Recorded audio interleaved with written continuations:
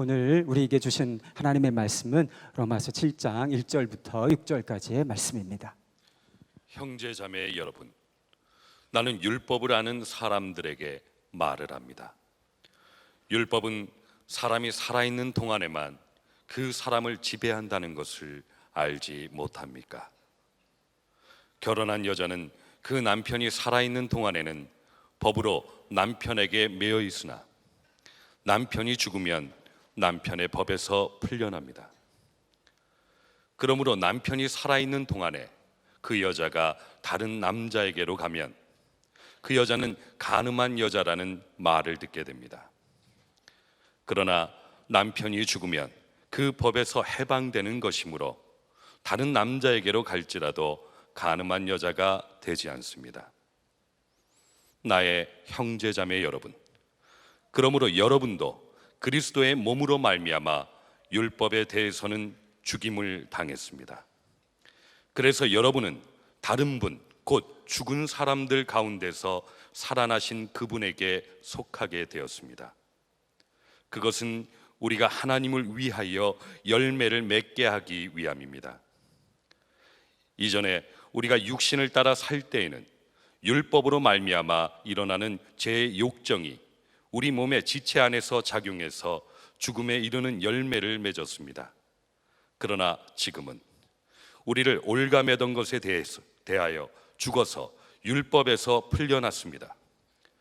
그래서 우리는 문자에 얽매인 낡은 정신으로 하나님을 섬기지 않고 성령이 주시는 새 정신으로 하나님을 섬깁니다. 아멘. 하나님의 말씀입니다. 자리에 앉으시겠습니다. 여러분, 예수님을 믿고 사는 심정이 어떤 심정일까요? 저는 어릴 때부터 교회에서 자랐습니다. 그래서 예수 믿는 것이 저에게 특별한 일이 아니었습니다. 그래서 저는 예수를 믿는 것이 실제로 어떤 마음일지에 대해서 저에게는 특별한 어떤 느낌이 없었습니다.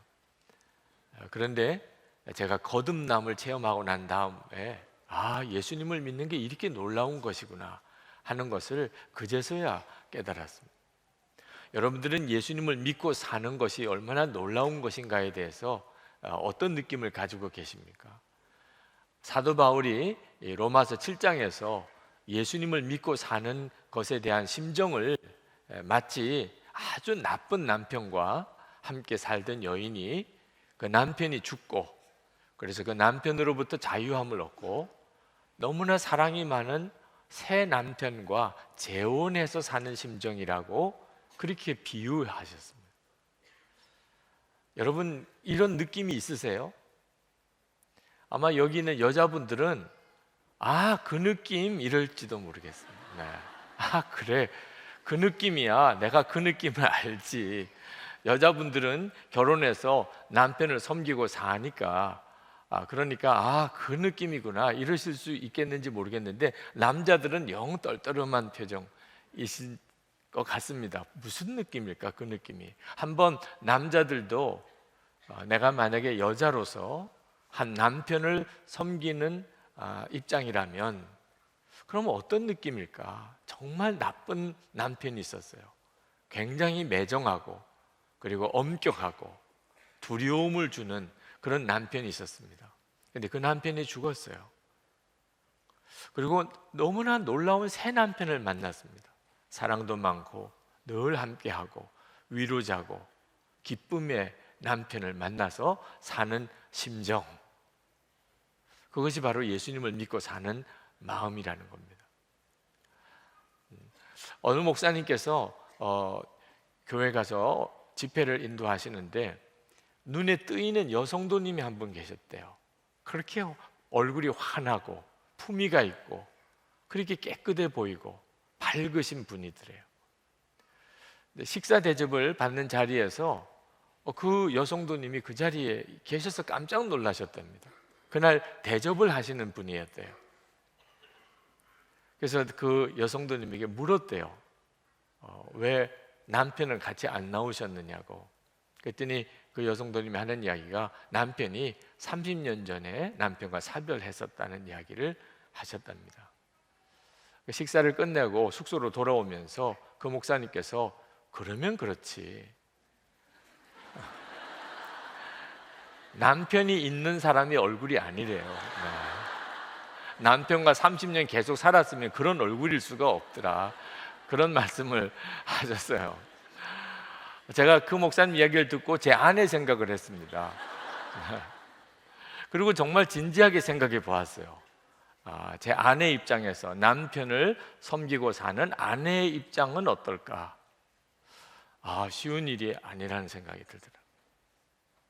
오늘 이 시간에 사도 바울이 우리에게 실제로 예수님을 믿고 사는 것이 정말 어떤 심정일지에 대해서 그런 비유를 드셨어요.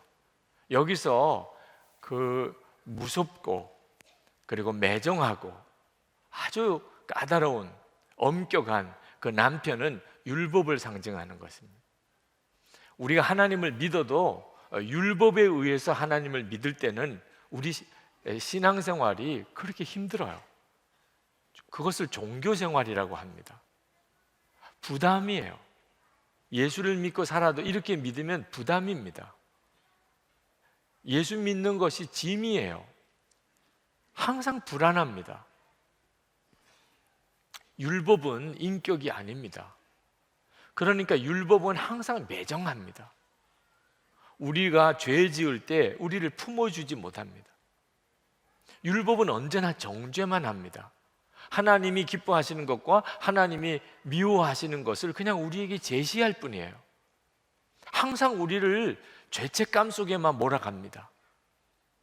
끝도 없이 지키고 또 지켜야 되는 규정입니다. 우리를 죄 짓지 않도록 만들어주지 않습니다. 율법에 의해서 그렇게 하나님을 믿는 사람은 마음에 기쁨이 없습니다. 정말 무거운 짐이죠. 그런데 우리가 예수님을 믿으면 우리의 옛사람이 죽음으로 율법과의 관계가 완전히 달라져 버립니다. 마치 남편이 죽은 여인과 같은 거죠. 마태복음 11장 28절에 예수님께서 수고하고 무거운 짐진 자들아 다 내게로 오라 내가 너희를 쉬게 하리라고 말씀하신 것은 이 율법의 멍에 속에 사는 유대인들에게 하신 말씀입니다. 예수님은 이렇게 하나님을 믿어도 율법을 지키면서 끊임없이 두려워하고 그리고 무거운 짐을 진 것 같이 이렇게 신앙생활하는 삶에서 우리를 구원해 주신 분입니다. 우리에게는 이제 새 남편이 생겼습니다. 예수 그리스도십니다. 그분은 하나님이신데 우리와 같은 사람이 되셨습니다. 우리를 죄에서 구원해 주시려고 우리를 위해서 십자가에 달려 우리의 죄값을 다 지시고 죽으셨습니다. 그리고 우리와 함께 우리 안에 오셨습니다. 우리와 내내 동행하십니다. 우리를 하나님의 말씀대로 살도록 해주십니다. 그리고 늘 기쁨과 감사로 살게 하십니다. 정말 놀라운 새 남편이죠. 이 말씀이 4절에 요약되어 있습니다. 나의 형제 자매 여러분, 그러므로 여러분도 그리스도의 몸으로 말미암아 율법에 대해서는 죽임을 당했습니다. 그래서 여러분은 다른 분, 곧 죽은 사람들 가운데서 살아나신 그분에게 속하게 되었습니다. 그것은 우리가 하나님을 위하여 열매를 맺게 하기 위함입니다.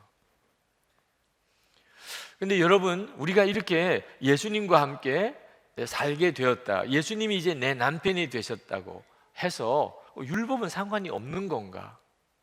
이제는 율법을 안 지켜도 되는 건가 하는 것은 전적으로 오해입니다. 예수님은 우리의 남편이 되어 주셨습니다. 그 말은 우리에게 여전히 남편이 있다는 겁니다. 율법이 남편이냐 예수님이 남편이냐 하는 차이가 있을 뿐이지 우리에게는 남편이 있습니다. 남편이 있는 여자의 심정. 예수님께서는 우리가 예수를 믿고 난 다음에 아무렇게나 살아도 이제는 괜찮아 그렇게 말씀하신 것은 아닙니다. 예수님은 여전히 우리의 남편으로서의 역할을 하시는 분입니다. 예수 믿어서 율법에서 자유하게 되었다고 예수님께서 남편이신데 다른 남자를 만나는 것처럼 아무렇게나 그렇게 신앙생활을 해도 하나님이 다 이제는 받아주시는 거 아닙니다. 그러면 좋은 남편이 아니죠. 어떤 여자가 어느 순간에 그만 잘못된 생각으로 불륜을 저질렀습니다. 남편에게 너무나 죄책감이 드는 거예요. 그런 남편에게 그 이야기를 할 용기가 없었습니다. 그때부터 그는 남편을 정말 최선을 다해서 섬겼습니다. 속죄하는 마음으로. 가정을 정말 열심히 꾸렸습니다. 그러나 자기가 불륜에 빠졌었다는 이 죄책감을 떨쳐버릴 수가 없었습니다. 그렇게 10년을 그가 고통을 당했습니다. 그러다가 그가 마음에 남편에게 솔직히 고백하고 남편의 용서를 구해야 되겠다는 생각을 했습니다. 그리고 어느 날 남편에게 그 이야기를 했습니다. 여보, 내가 당신에게 너무나 미안했어요. 내가 너무 괴롭게 지난 10년을 살았습니다. 제가 그와 같은 잘못된 일을 내가 했었습니다. 당신 용서해 주세요. 그랬더니 그 남편이 그 이야기를 듣고 너무나 쿨하게 그랬어. 그래, 알았어. 용서해 줄게. 그렇게 대답을 했습니다. 그 대답을 하는 남편을 이 여인이 바라보고는 이 여인의 눈에 정말 분노가 이글거리는 겁니다. 그리고는 난 당신과 이혼할 거예요. 그러면서 짐을 싸가지고 나가는 겁니다. 남편이 따라 나오면서 왜 그러냐고, 내가 용서해 준다 그랬잖아. 그랬더니 그 여인이 남편을 향하여 나는 그런 값싼 용서는 필요 없어요. 나를 그렇게 대하는 것은 구역질이 나요. 이 사람이 프랑스 철학자 가브리엘 마르셀입니다. 여러분, 우리의 남편 되시는 예수님은 우리가 어떻게 살아도 그냥 좋아, 그렇게 살아도 나는 너를 사랑해, 이렇게 하시는 분이 아니십니다. 예수님은 분명히 우리의 남편이세요. 우리가 아무렇게나 살고 아무데나 한눈을 팔아도 그냥 괜찮으신 분이 아닙니다. 우리를 죄와 저주에서 우리를 건지시려고 십자가에서 우리를 대신해서 피 흘려 죽으신 분이에요. 그리고 우리 안에 오셨어요. 우리를 어떻게든지 하나님 뜻대로 바로 살게 해주시려고 우리 안에 오신 것입니다. 우리가 그 점을 분명히 알아야 됩니다. 그러면 예수를 믿고 달라진 건 뭐죠? 여전히 남편이 있는 거라면, 율법이 남편이든 예수님이 남편이든 남편이 있는 거는 똑같습니다. 뭐가 달라진 거죠? 마음이 달라졌어요. 마음이 달라진 겁니다. 전에 율법을 지키며 살 때는 항상 두렵고 늘 무거운 짐을 지고 그렇게 살았습니다. 그런데 이제 예수님을 영접하고 난 다음에 우리의 마음에 완전히 새 마음이 생겼습니다. 기쁨과 감사와 사랑이 넘치는 마음으로 우리가 완전히 달라져 버렸습니다. 이것을 사도 바울이 성령으로 주시는 새 정신이라고 그렇게 표현했습니다. 5절, 6절을 한번 보십시다. 이전에 우리가 육신을 따라 살 때에는 율법으로 말미암아 일어나는 죄의 욕정이 우리 몸의 지체 안에서 작용해서 죽음에 이르는 열매를 맺었습니다. 그러나 지금은 우리를 올가맸던 것에 대하여 죽어서 율법에서 풀려났습니다.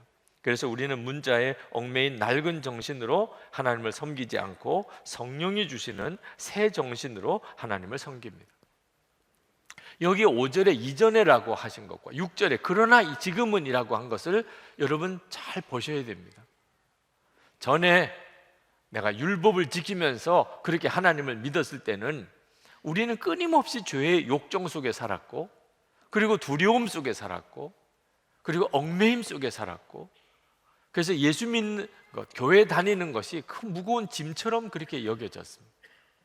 근데 이제 진짜 예수님을 영접하고 내 안에 성령께서 오셔서 내 안에 완전히 다른 정신을, 새 정신을 내게 주셔서 이제는 예수님을 기뻐하고 감사하고 사랑함으로 주님이 이끄시는 대로 하나님 말씀대로 살게 된 거죠. 이것이 우리 안에 일어난 놀라운 변화입니다. 사도 바울은 예수님을 그렇게 영접하고 그리고는 순교자의 길, 십자가의 길을 갔습니다. 억지로 슬퍼하면서 괴로워하면서 간 게 아니고 사도 바울의 서신을 읽어보면 감사하면서 기뻐하면서 그는 그 길을 갔습니다. 성령께서 사도 바울 안에 계속해서 새로운 마음을 부어주셨기 때문에. 안타까운 것은 예수님을 믿고도 여전히 이렇게 성령이 주시는 새로운 정신으로 기쁨과 감사로 신앙생활 하는 이들보다 옛날 율법 생활처럼 무거운 마음으로, 힘들게 두려운 마음으로, 죄책감으로 그렇게 신앙생활 하는 사람이 꽤 많다는 것입니다. 이것은 주님을 정말 마음 아프게 하는 것입니다. 이것을 달라스 신학교에 있는 버넌 맥기 교수가 이런 예를 들었습니다. 어느 여인이 남편이 죽었습니다. 너무 외로워요. 그래서 그 죽은 남편을 장사 지내지 않고 미이라를 만들었어요. 그리고 유리 상자에 담아서 거실에 소파에 앉혀놓았습니다. 그리고 늘 보면서 인사를 하는 겁니다. 미이라가 된 남편을 보면서. 아침에 일어났을 때 인사하고, 직장 갔다가 오면서 인사하고. 그러다가 이 여인이 유럽 여행을 갔다가 거기서 어떤 남자를 만났는데 아주 참 신실하고 사랑하는 사람이었어요. 결혼을 약속을 했습니다. 그 남자가 이 여인의 집을 찾아왔어요. 거실에 들어왔다가 기절초풍하는 줄 알았어요. 아니 이게 뭐냐고. 미이라가 거기에 유리상자 안에 있는 겁니다. 자기의 죽은 옛 남편이라고. 그 미이라를 유리상자째에 그냥 땅속에 묻어버렸다는 겁니다. 이건 예죠. 예화이지만 우리의 마음에 잊어버리지 않도록 좀 충격적인 예화를 그렇게 들었습니다. 잊어버리시면 안 됩니다. 여러분이 예수님을 믿고도 꼭 이런 꼴일 수 있는 겁니다. 예수님을 믿고도 여전히 율법주의 신앙생활에 빠져 있는 겁니다. 얼마나 흉측합니까? 그런데 우리가 신앙생활하는 모습이 그런 것입니다. 예수님을 믿고 영접을 했는데도 여전히 옛 남편의 그늘에서 사는 겁니다. 무거운 책임감으로 항상 하나님 앞에 내가 죄 지은 것에 대한 벌을 받을까 봐, 그리고 의무를 감당하는 그런 마음으로 그렇게 신앙생활 하는 것은 예수님께서 우리에게 허락하신 진정한 구원의 축복이 아닙니다. 권성수 교수님이 쓴 로마서 강해, 거기에 이런 이야기가 소개되어져 있었습니다. 어떤 사람이 브리티시 위클리라는 잡지 편집자에게 보낸 편지입니다. 목사님들은 설교에 상당히 큰 비중을 두고 설교 준비에 많은 시간을 보내는 것으로 알고 있습니다. 저는 지난 30년간 아주 규칙적으로 예배에 참석해 왔고, 그동안 제 추산이 정확하다면 적어도 3,000번의 설교를 저는 들었습니다. 그러나 제가 놀라는 것은 그 설교 중에 단 한 편도 기억할 수 없다는 것입니다. 목사님의 시간을 달리 썼다면 더 유익하지 않았을까 하는 생각이 듭니다. 제가 이 글을 읽고 설교 준비할 힘이 확 없어졌어요. 여러분들은 설교 중에 기억나는 거 있습니까? 많은 목사님들과 교인들이 지금 이런 딜레마에 빠져 있습니다. 목사님들은 설교 준비를 위해서 한 주간 내내 고심을 합니다. 그리고 주일에 설교를 합니다. 교인들은 수도 없는 설교를 듣습니다. 그러나 지나고 나면 기억나는 게 없습니다. 그러면 목사님들이 설교할 필요 있나요? 밭에 나가서 일하는 게 차라리 훨씬 실속이 있지 않겠습니까? 여러분, 이것이 진정한 성령의 충만함이 없는 율법주의에 빠져있는 교회의 모습입니다. 우리가 이렇게 신앙생활 하는 것을 주님이 기뻐하실까요? 한때 우리 한국교회는 주일에 버스를 타도 되나, 그것 때문에 고민했던 적이 있습니다. 주일에 버스 타면 하나님이 이거 벌 주지 않을까? 주일을 어겼으니까. 주일에 공부해도 되나? 주일에 식당 가서 밥 사 먹어도 되나? 주일에 청소해도 되나? 이런 것까지 걱정하던 때가 있었습니다. 하나님 잘 믿어보자는 생각이긴 했지만 하나님이 이런 하나님인 줄로만 알고 있었던 거예요. 하여튼 뭘 해야 된다, 하지 말아야 된다는 것을 지키는 것을 신앙생활이라고 생각했었어요. 이건 우리를 정말 무겁게 하는 것뿐이죠. 코스타에서 만난 서울에서 어느 유명한 목사님, 지금도 큰 교회를 담임하고 계신데 그 목사님은 선교단체에서 신앙생활을 시작했습니다. 대학을 졸업할 때 그는 제자 삼는 사역에 대한 소명이 있었습니다. 그래서 고등학교 교사가 되었습니다. 고등학생들을 그리스도의 제자로 그렇게 만들어내고자 하는 소원이 있었기 때문입니다. 그는 스스로 자원해서 훈육부 선생님이 되었습니다. 뭔가 비행을 저지르고 잘못한 학생들을 바로 잡아주는 일을 해야 되겠다고 생각했기 때문에. 근데 어느 날 뭔가 잘못한 아이들을 교무실에 불러다가 그 아이들에게 엎드려 뻗쳐를 시키고 야구 방망이로 엉덩이를 때리고 있었습니다. 근데 그 아이들에게 매를 대면서 이 폭력의 쾌감을 느끼는 겁니다. 야구 방망이로 때려서 꼬꾸라지면 그러면 그렇게 기쁜 거예요. 쾌감이 느껴지는. 때리는데 안 넘어지고 꿋꿋이 버티면 더 화가 나는 겁니다. 두 번째, 세 번째는 더 강하게 매를 대고 결국은 꼬꾸라지게 만드는 거죠. 그것을 순간 느꼈습니다. 갑자기 무서운 생각이 들었어요. 자기 자신이 무서운 생각이 들었어요.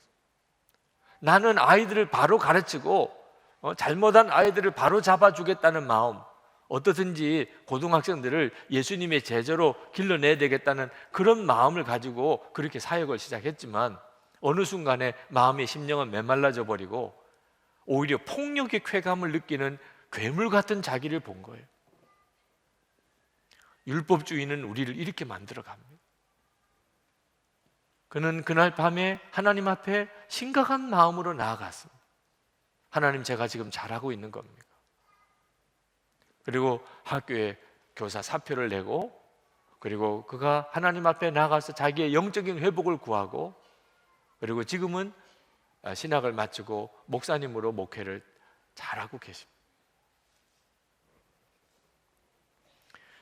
펄벅 여사는 완벽주의적인 성향을 가지고 있었던 분이라고 했습니다.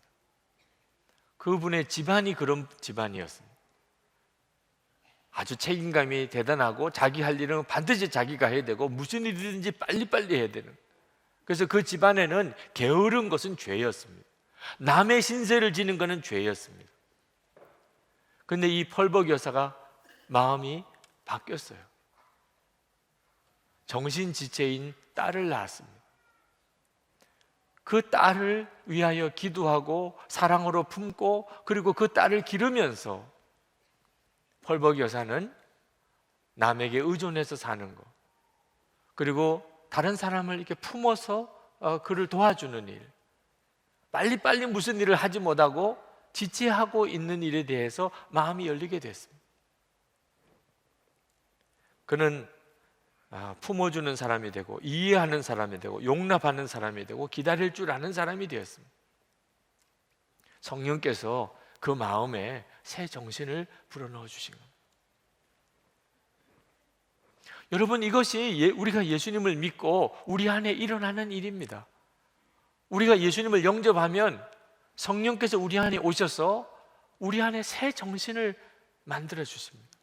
여러분, 성령 충만을 다 구하실 텐데 성령 충만이 뭔지를 알고 구하셔야 됩니다.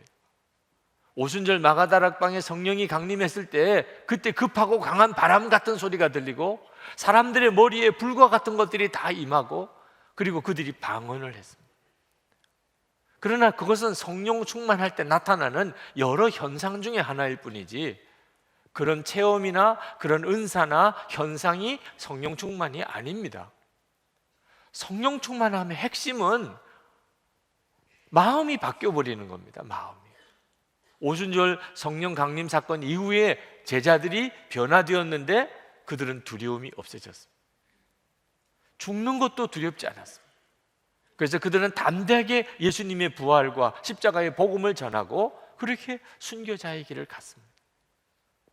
이것이 바로 성령께서 우리 안에 일으키는 놀라운 역사입니다. 근데 더 놀라운 일이 일어났습니다.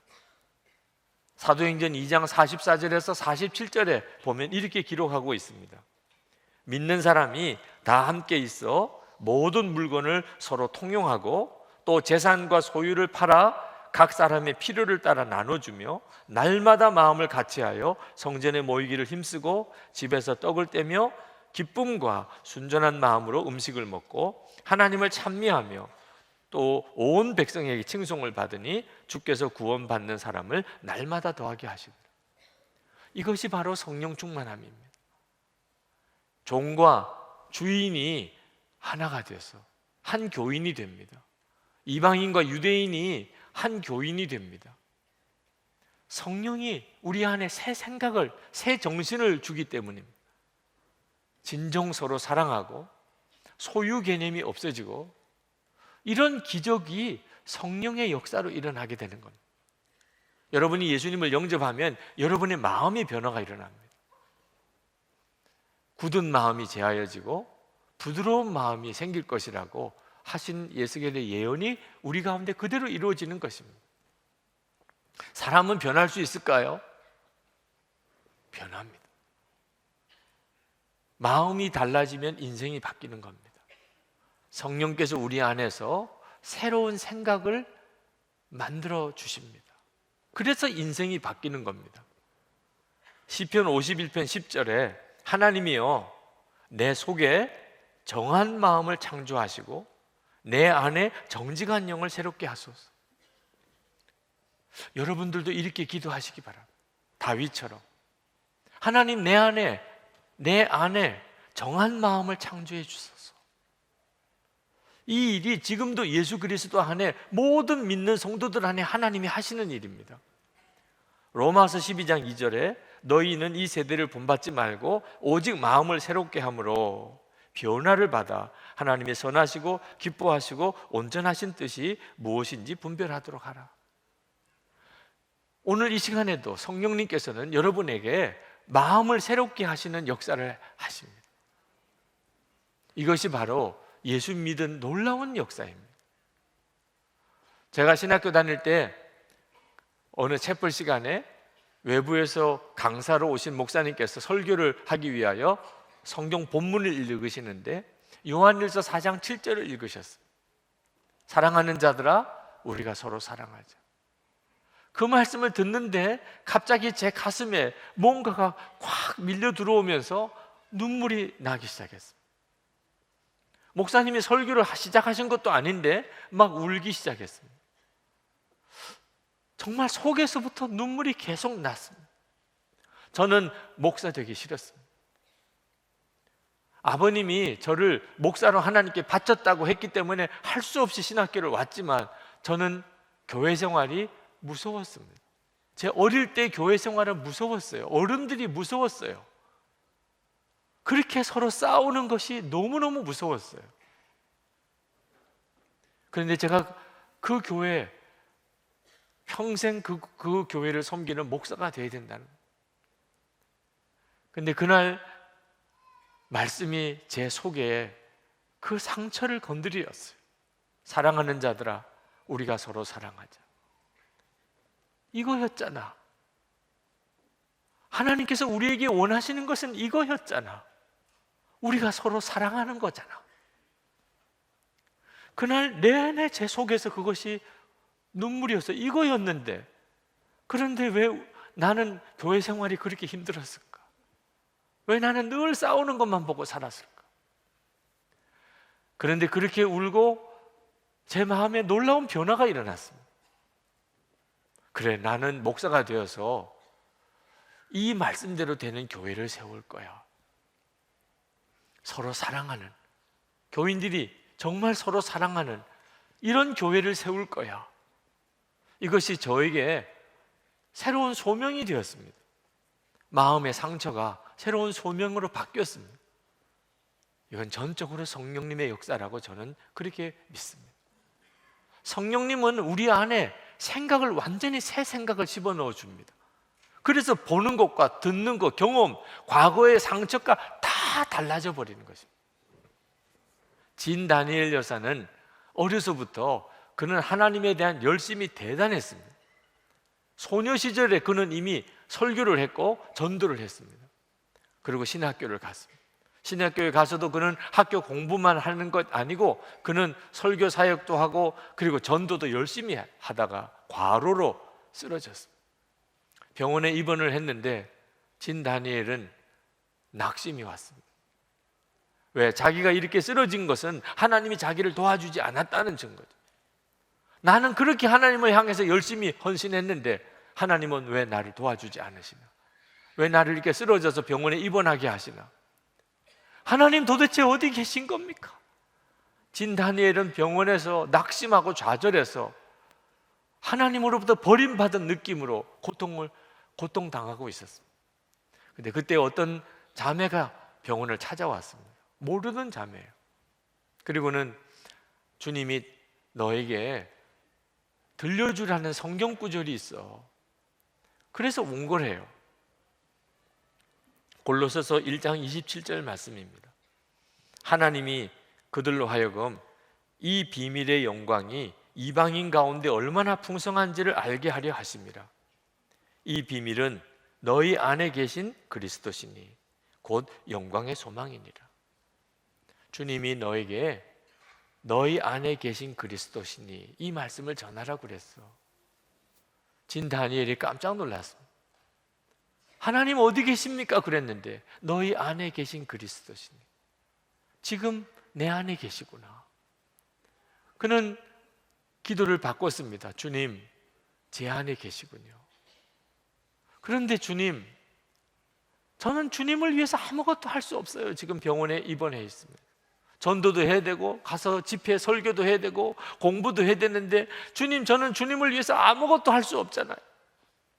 그때 주님께서 진 다니엘에게 말씀을 하셨어요. 너는 왜 아무것도 할 수 없다고 그러냐? 너는 최고의 것을 할 수 있어. 내가 가장 기뻐하는 걸 할 수 있어. 지금 그 자리에서도. 그때 이 진 다니엘이 깨달아지는 것이 있었어요. 그리고 그는 병상에서 누운 채로 하나님을 찬양하기 시작했어요. 하나님을 찬양할 수 있잖아. 내가 이렇게 병원에 입원해 있고 누워있지만 꼼짝 못하고 있지만 내가 주님을 찬양할 수는 있잖아. 여기에 이렇게 누워있으면서도 예배할 수는 있잖아. 이것이 하나님을 가장 기쁘시게 하는 거잖아. 그리고 그가 회복을 얻었습니다. 성령님은 우리에게 놀랍게 임하셔서 우리 안에 하나님이 원하시는 생각을 심어주십니다. 이제는 더 이상 내가 교회 다니는 이런 신앙생활을 율법 생활처럼 할 이유가 없어요. 성령께서 여러분 안에 계속해서 기쁨을, 감사를, 그리고 사랑을 부어주셔서 그렇게 하나님을 섬기게 하십니다. 여러분, 죄도 말입니다. 생각에서부터 시작이 되는 겁니다. 하나님을 기쁘시게 하는 일도 생각에서부터 시작이 되는 겁니다. 그래서 잠언 23장 7절에 대저 그 마음의 생각이 어떠하면 그 위인도 그러한즉 그랬습니다. 저는 때때로 깜짝깜짝 놀랄 때가 있습니다. 내가 지금 이렇게 무슨 생각을 하는 거야? 주의 일하는 게 어떤 때는 너무 피곤하다고 느낄 때가 있습니다. 어떤 때는 너무 지쳤다는 느낌이 들 때도 있습니다. 어떤 때는 어떤 육신적인 죄에 대한 생각이 들어올 때도 있습니다. 어떤 때는 사람에 대한 미움과 판단으로 인해서 내 마음이 막 부글부글 끓을 때도 있습니다. 전에는 그런 생각에 사로잡혀서 굉장히 오랜 시간 동안 방황했었어요. 겉으로 드러내지 않으면서도 속으로는 완전히 영적으로 무너진 상태에 빠질 수 있습니다. 근데 이제는 깨닫습니다. 이제는 그런 내 마음에 깜짝 놀랄 만한 일이 일어나면 즉시 하나님께 나아갑니다. 성령님의 도우심을 구합니다. 주님, 제가 지금 마음으로 하나님을 기쁘시게 하지 않고 있습니다. 주님, 제게 주님이 부으시는 새 마음을 주십시오. 그렇게 구하면 주님은 반드시 역사하십니다. 마음부터 바뀌어지면 그러면 삶의 모든 것이 다 바뀌게 됩니다. 이사야 55장 7절에 악인은 그의 길을, 불의한 자는 그의 생각을 버리고 여호와께로 돌아오라. 생각을 버리고 여호와께로 와야 됩니다. 하나님이 기뻐하지 않는 생각을 품고는 우리 주님과의 관계를 계속할 수가 없습니다. 그리하면 그가 긍휼히 여기시리라. 우리 하나님께로 돌아오라. 그가 너그럽게 용서하시리라. 시편 19편 14절에 나의 반석이시요 나의 구속자이신 여호와여, 내 입의 말과 마음의 묵상이 주님 앞에 연락되기를 원하나요? 하나님이 오늘 받으시기를 원하시는 것은 여러분이 이렇게 예배당에 나와 앉은 것보다 여러분의 마음의 묵상입니다. 여러분이 도대체 마음에 무엇을 묵상하고 있는지를 하나님이 그걸 연락받으시기를 원하십니다. 이 시간에 여러분들이 정말 주님께 구하세요. 주님, 약속하신 성령으로 인하여 주어지는 새 정신을 제게 주옵소서. 지난 주간에 부흥회를 인도하고 왔습니다. 제가 기차를 타고 올라오는데 어느 자매가 메일을 보냈습니다. 목사님 안녕하세요. 저는 오늘 저녁 집회에 참석했었습니다. 그동안 저는 저 자신에게 저주를 퍼부으면서 자살을 생각하고 있었습니다. 나는 쓸모없다고, 죽어야 한다고요. 하지만 오늘 저녁 집회 후 기도하는 중에 내가 얼마나 하나님을 헛되이 믿었으며, 아니 믿지 않았고 모든 걸 의심하며 살았다는 것을 알게 되었습니다. 그리고 내가 얼마나 나 자신을 아프게 했는지, 또 방관했는지도 알았습니다. 저는 오늘 기도하면서 나를 용서하고 사랑한다고 고백했습니다. 나는 죽었노라고. 주님은 학창시절 내내 왕따를 지켰던 애들, 우리 가족들, 내 주위 사람들을 다 보여주셨습니다. 그리고 내가 왜 마음을 닫고 살았는지, 왜 그렇게 아팠는지를 알게 해주셨습니다. 그리고 그들을 다 용서하게 하셨습니다. 내 과거를 다 주님께 맡기기로 했습니다. 앞으로 저의 삶도요. 감사합니다, 목사님. 저를 건지신 주님을 바라보게 해주셨어요.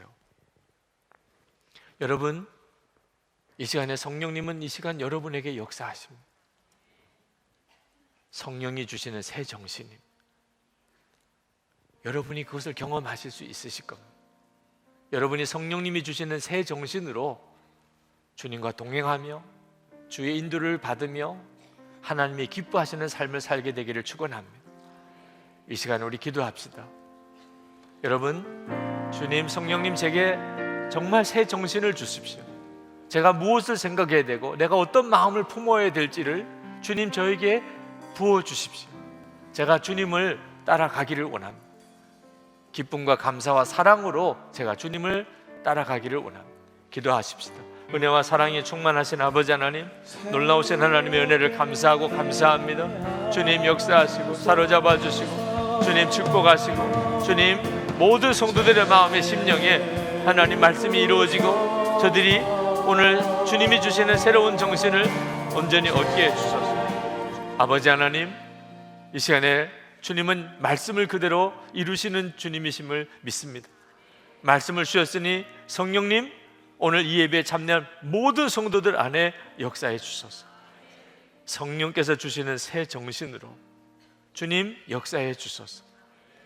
우리의 낡은 정신을, 하나님 완고한 우리의 마음을 주님 십자가로 처리하시고, 주님 우리 안에 마땅히 우리가 보아야 될 것, 우리가 마땅히 하나님 들어야 될 말씀, 주님께서 우리에게 새롭게 부으시는 하나님 기쁨과 감사와 사랑으로 주님을 따라갈 하나님 그 마음을 우리 가운데 부어 주시옵소서. 오늘도 은혜를 사모하며 하나님 정말 주를 갈망하는 성도들이 하나님 앞에 나와 예배를 드립니다. 우리가 정성을 다해서 하나님 앞에 예물을 준비했습니다. 하나님 정말 주님을 기쁘시게 하며 우리가 살기를 원하여 오늘 이 자리에 모였습니다. 주님, 사랑하는 성도들의 심령에 주의 은혜가 충만하게 해 주시옵소서. 우리를 얽매고 있었던 모든 걱정과 두려움, 주님 십자가에서 다 소멸되기 원합니다. 억지로 하는 마음, 하나님 무거운 짐을 진 것 같은 삶, 오늘 주 예수님 안에서 완전히 해결되기를 원합니다. 부어주시는 놀라운 은혜가 있기를 원합니다. 주님을 바라보는 눈이 뜨이고 주님이 우리와 함께 계심이 분명히 믿어지고 하나님 기쁨의 영으로, 평안의 영으로, 감사로, 사랑으로 하나님 부어주시옵소서. 성도들의 삶을 주관해 주소서. 그래서 하나님 성도들의 가정 안에 하나님의 은혜의 역사가 일어나게 해주소서. 진심으로 서로를 사랑하며 품으며 성령의 교통함을 누리며 가정 안에 찬양과 기쁨이 있으며 하나님 서로의 상처 준 것을 회개하고 진심으로 용서하며 천국이 이루어지게 해 주옵소서. 우리 가정 안에 우리의 다음 세대 자녀들이 믿음의 용사처럼 일어나게 되기를 원합니다. 주 예수님, 성도들의 기업에 복을 주소서. 성도들의 삶의 현장에서, 일터의 현장에서 주님과 동행하게 해주시기 원합니다. 하나님의 지혜를 주소서. 하나님께서 그 길을 이끄소서. 하나님, 그래서 축복의 통로로 하나님 베풀고 나누는 성도들의 삶을 살게 해주시기 원합니다. 하나님, 거룩한 성도들이 일어나 거룩한 교회들이 서로 연합하며 하나님이 한국 교회 안에 하나님 새 부흥을 주시기 원합니다. 사회를 진정으로 화해하시기, 이 민족 안에 진정한 화해를 이룰 수 있는 교회와 성도들이 되게 해주시기 원합니다. 북한에 있는 동포들을 속히 구원해 주소서. 세계 열방에 나가 있는 선교사님들을 위해 오늘도 축복하고 기도합니다. 더 많은 선교사들을 세계 열방에 우리가 파송할 수 있게 되기를 원합니다. 네팔에 있는 끔찍한 지진의 소식을 듣습니다. 지금도 핍박당하는 하나님 선교지의 교회들의 이야기를 듣습니다. 주여 은혜를 더하소서. 주님이 함께 계심을 그곳에 있는 모든 성도들과 선교사님들에게 부어주시옵소서. 주님, 오늘도 우리를 능히 승리하게 하시는 주님을 찬양합니다. 성도들이 이 예배를 드리고 돌아갈 때 주님과 함께하는 분명한 믿음의 눈을 다 뜨게 해 주시기를 원합니다. 예수 그리스도 이름으로 간절히 기도합나이다. 아멘.